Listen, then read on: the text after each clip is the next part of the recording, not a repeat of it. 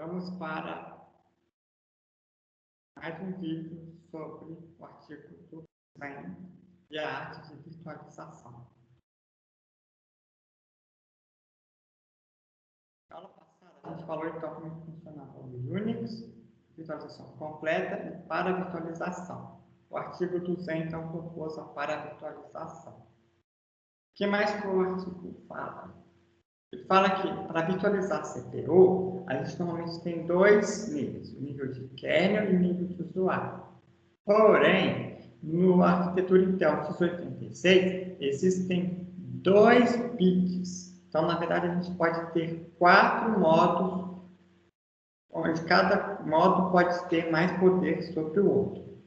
Então, se a gente rodar uma aplicação padrão no Linux, o que a gente tinha? A gente vai ter 4 modos de privilégio. Esses modos de privilégio também se chamam de anéis, rings. O modo privilégio é o 0.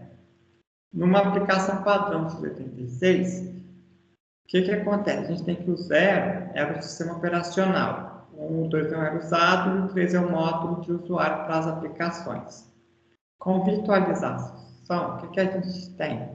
A gente tem que o modo 0 você roda o hypervisor, né? No modo 1 você roda o GuessOS e no modo 3 você roda a aplicação. Então repare que agora o sistema operacional não roda mais no modo 0, vai para o modo 1. Quem vai ter maior poder vai ser o hypervisor. Então existem 2 bits no x86, o que dá 4 modos de privilégio. Sendo que o modo de privilégio tem maior poder que os outros. No caso aí, eles propuseram o Zen, uma forma de para-virtualização, no qual eles modificam um pouquinho só o sistema operacional para melhorar o desempenho. E aí, tem a questão aí dos tratadores de exceção, né, que eles tentam melhorar o desempenho de virtualização. Então, existem aí, quando tiver uma falha na página de memória, né, existe o registrador CR2. O que o CR2 tem? Ele contém o endereço virtual que falhou. O GuessOS não consegue ler o CR2. Já com a virtualização consegue. Outra vantagem para a virtualização é que eles também podem ter chamadas de sistemas mais rápidas, tá? Vou dar exemplos. E você pode chamar também a hypercall, são chamadas por hypervisor, com instruções especiais. Então, vamos primeiro falar do exception handler.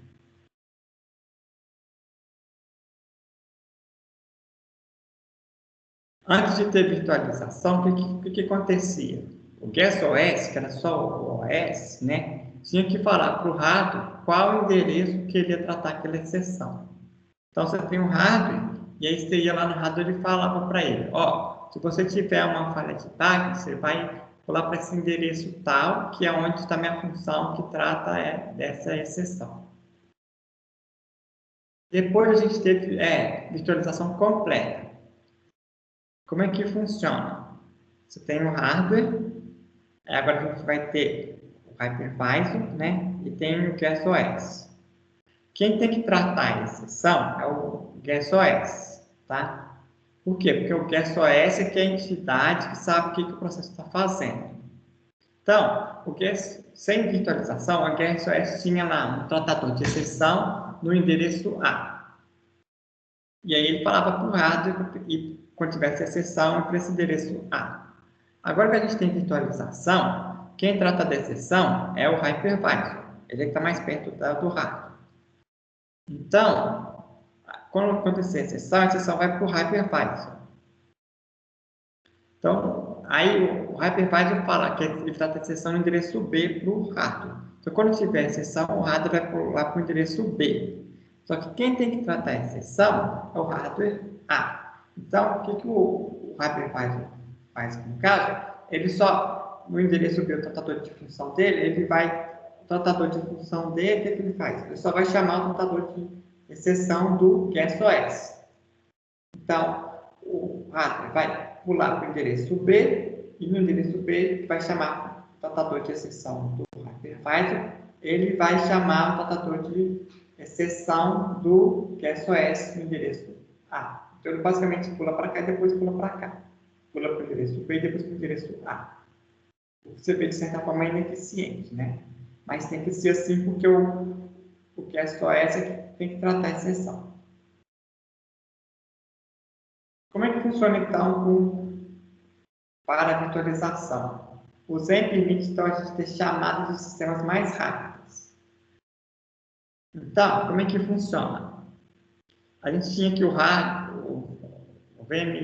hypervisor, né? Tratava no endereço B, falava para o rádio, quando tinha exceção para o B, ele chamava depois do A. Então, o que agora ele faz? Ao invés de ele chegar o hypervisor do Zen, né? O que ele faz? Ao invés de você pular para o endereço B, ele muda isso agora. Ele vira e fala no endereço A. Então, quando tiver o rato gerar uma exceção, ele não vai mais para o hypervisor. Ele vai pular direto para o QSOS, tá? Que foi modificado. Qual que é a vantagem disso? É a eficiência. Você não tem mais que pular o hypervisor para pular depois para o QSOS. Você pode pular diretamente para o QSOS modificado. A desvantagem é segurança. Tá? Por quê? Agora você está confiando que o QSOS vai fazer a coisa certa. Você está passando o poder para ele. Ele que vai tratar da exceção. Então, agora, quando tiver uma exceção, o rádio vai pular diretamente para o endereço A. Então, dessa maneira, você pode fazer sistemas de chamadas mais rápidas. Porém, né, sempre tem um porém. Eu posso fazer isso sempre? Não. Quando é que eu posso fazer essas chamadas de funções rápidas? Tá? Então, esse truque não pode ser feito para falhas de paginação. Por quê? Porque, né, o Zen, né, ele tem que manter a tabela de páginas. É ele que cuida da tabela de páginas da memória física. Tá? Então, esse truque só pode ser aplicado para chamadas de sistema. Não pode ser aplicado para chamadas de memória, porque o Zen precisa tratar das exceções para poder alocar as páginas.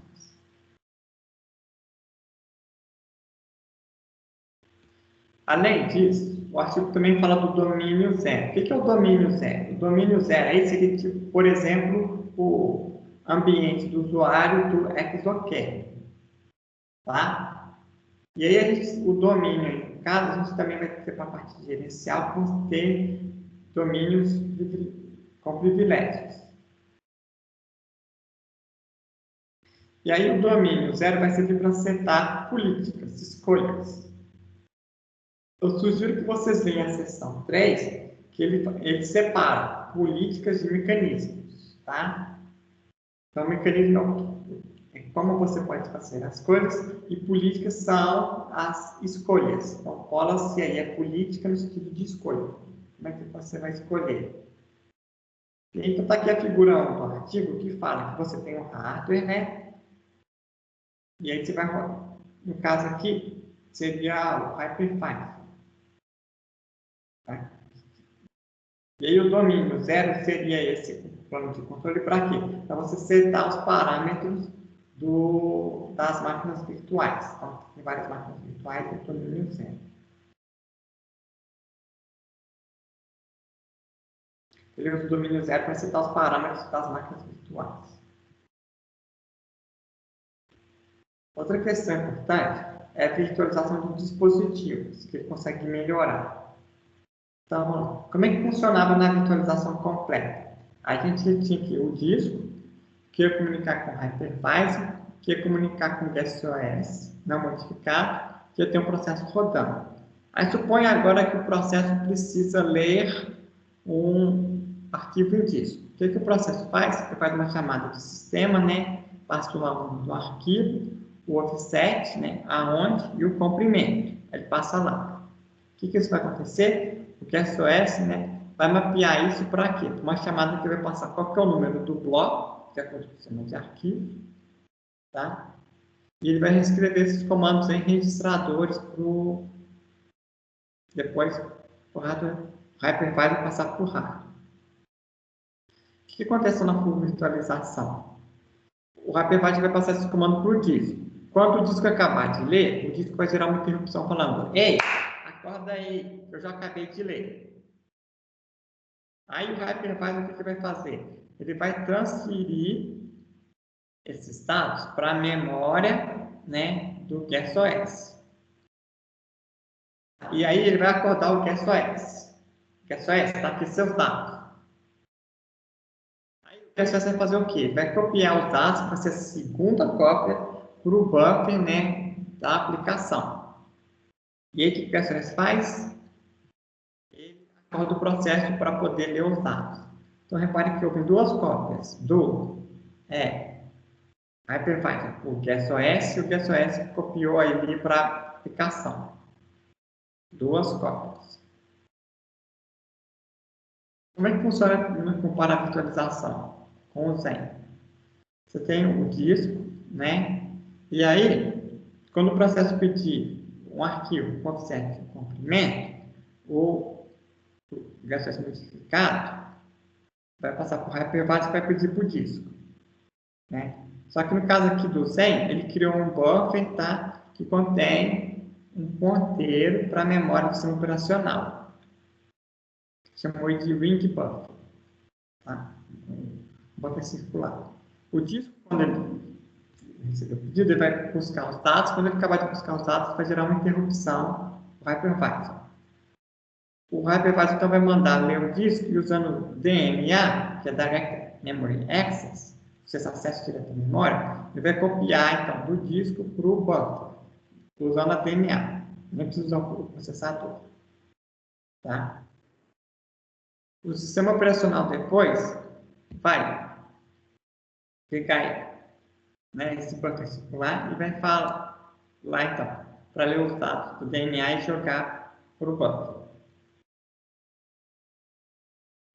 E aí, o sistema operacional vai acordar o processo já vai ter acesso direto a esse buffer. Houve quantas cópias? Apenas uma cópia. Qual? Do disco para o buffer. E aí o processo acessa esse disco, esse buffer. Então, tivemos apenas uma única cópia. Então, para a virtualização do dispositivo, tornou o acesso a disco mais rápido. Outra questão que o artigo fala é de múltiplas noções de tempo. Tá? Na virtualização completa, o que a gente tem? Né? Um GuessOS, o que ele pode fazer? Ele só consegue ler o temporizador do computador. O que é o temporizador? Existe um hardware específico que chama temporizador, que é um relógio, que ele conta o número de ciclos. Tá? E aí você pode ir lá nesse hardware específico e ler, né? Ele vai ter rodando e ele vai um contador que vai incrementando. No caso do GuessOS, ele pode ir lá e pedir para ler esse hardware específico, que é o temporizador, né? Em inglês time. Só que só vai existir um único relógio, e esse é o relógio do tempo real. Tá? Não existe o relógio do virtual time. Já com o Zen, o que você tem? Você tem dois tipos de relógio. Você tem o real time, né, que pode ser um relógio, e você tem o tempo virtual. Como é que funciona aqui dentro? Então, aqui você tem um relógio, no tempo zero, eu vou rodar o GuessOS A. Começa a rodar o GuessOS A. No tempo 3, eu troco para o GuessOS B. Então, eu vou rodar o GuessOS B do tempo 3 ao tempo 6. Então, está aqui quem estou rodando, aqui está o tempo real. E aí, depois do tempo 6, eu vou rodar o GuessOS A até o tempo 7. Então, aqui no tempo 7, o que houve? Passou 7 tempos do relógio real e para o GuessOS A eu sei que passaram 4 tempos. Tá? Então, eu tenho dois relógios. Eu tenho um relógio real, né, do físico, passou 7 unidades de tempo. Eu tenho um tempo que eu aloquei o relógio para cada GuessOS, porque eu controlo isso. Então, eu tenho que passou 4 unidades de tempo. Então, o Zen também fornece esse tempo virtual. Tá? E aí, usando esse tempo virtual, a gente pode ter políticas de escalonamento. Por exemplo, usar o Earliest Virtual Time First, ou seja, executar o processo que tem o tempo virtual primeiro. Esse Earliest Virtual Time First é parecido com um escalonador que o Linux tem, que é chamado de Borrowed Virtual Time, BVT Scheduler. Então, usando o Zen, você consegue fazer um escalonamento BVT. que é o sistema operacional, né, com o tempo virtual primeiro. Então, você sabe qual rodou, por exemplo, os 4 tempos, então o B pode rodar depois, porque teve menos tempo rodando do que o A. Então, com o Zen, você tem controle dos temporizadores, você consegue saber quanto tempo você alocou para cada GuestOS. A outra questão é a questão de redes. Como é que funciona a transmissão e recepção de pacotes? Então, você vai lembrar do ExoKernel. Lá, o ExoKernel também você tinha várias aplicações. Na LibreOS, você tinha que escrever regras, né, que eram um filtro de pacotes para saber para qual pacote você entregar para qual aplicação. Então, aqui também, você vai ter regras. E por que você precisa dessas regras? Cada VM, né, vai ter que fazer uma hypercall para o hypervisor para setar as regras. Quando um pacote chegar na VM, no hypercall, desculpa, quando um pacote chegar no hypercall, ele tem que decidir para qual VM ele vai entregar.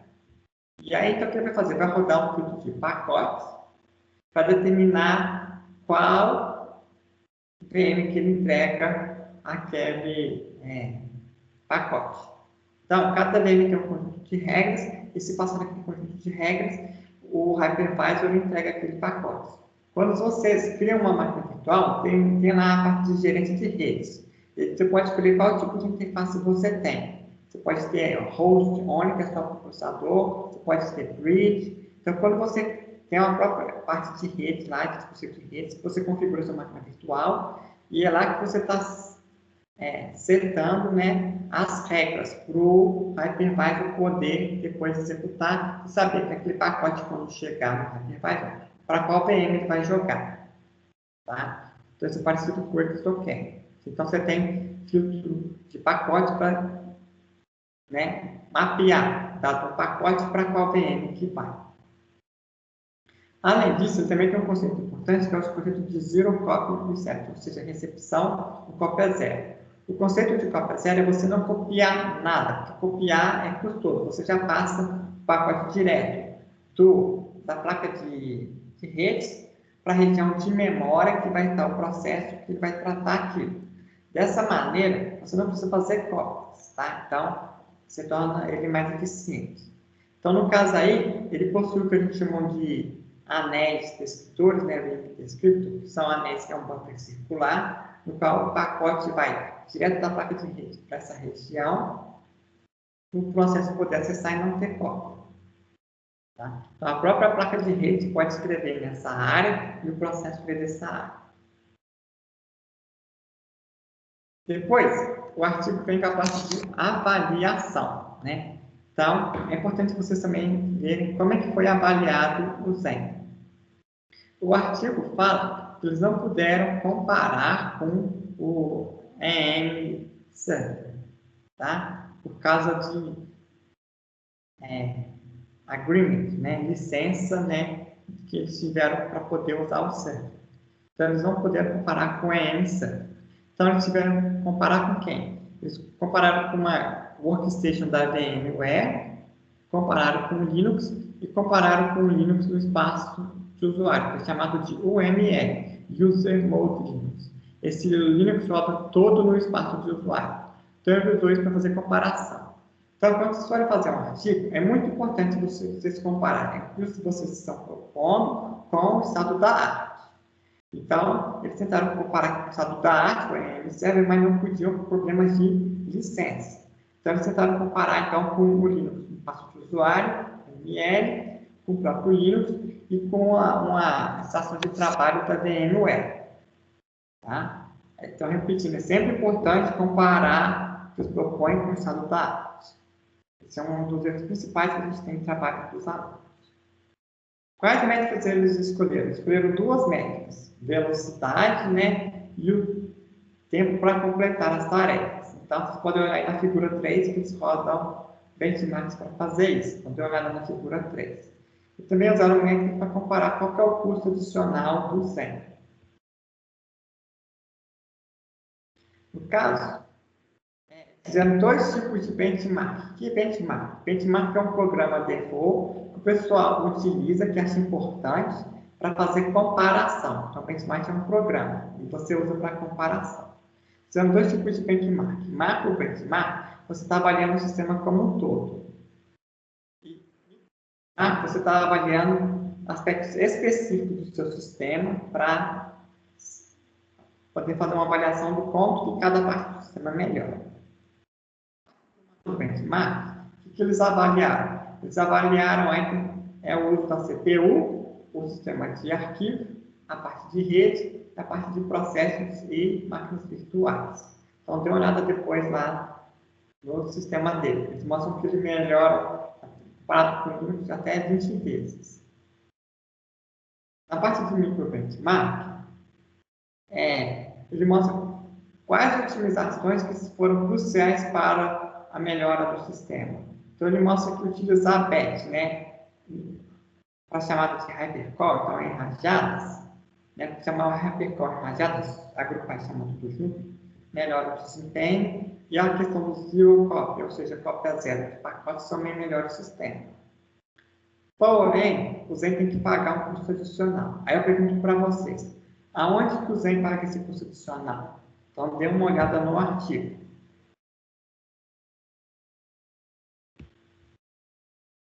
Então, aqui acaba a parte do Zen sobre paravirtualização. Então, como é que está a questão de paravirtualização hoje? E aqui uma digressão sobre inovação. A VMware existia desde 1994. Tá?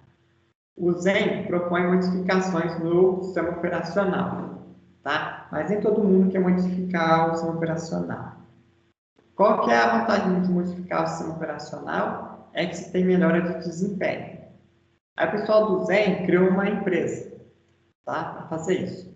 Porém, a empresa não foi muito bem, não foi para frente. Por quê? Aparentemente, a vantagem que tinha de desempenho não era uma vantagem competitiva, para poder utilizar o Zen.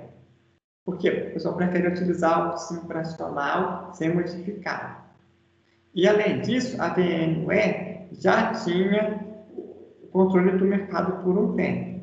Então, é difícil você mudar o controle do mercado. Então, o pessoal continuou usando a VMware. Então, tem essa questão de inovação. Às vezes parece ter uma grande ideia, que vai mudar o mundo, e nem sempre você consegue mudar o mundo. Por quê? Porque você tem que ser compatível com o que já existe.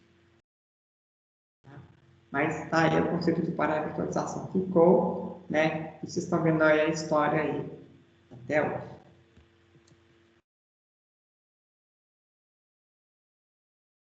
Então, por hoje é só, pessoal. Aqui acaba o módulo do Zen. Obrigado.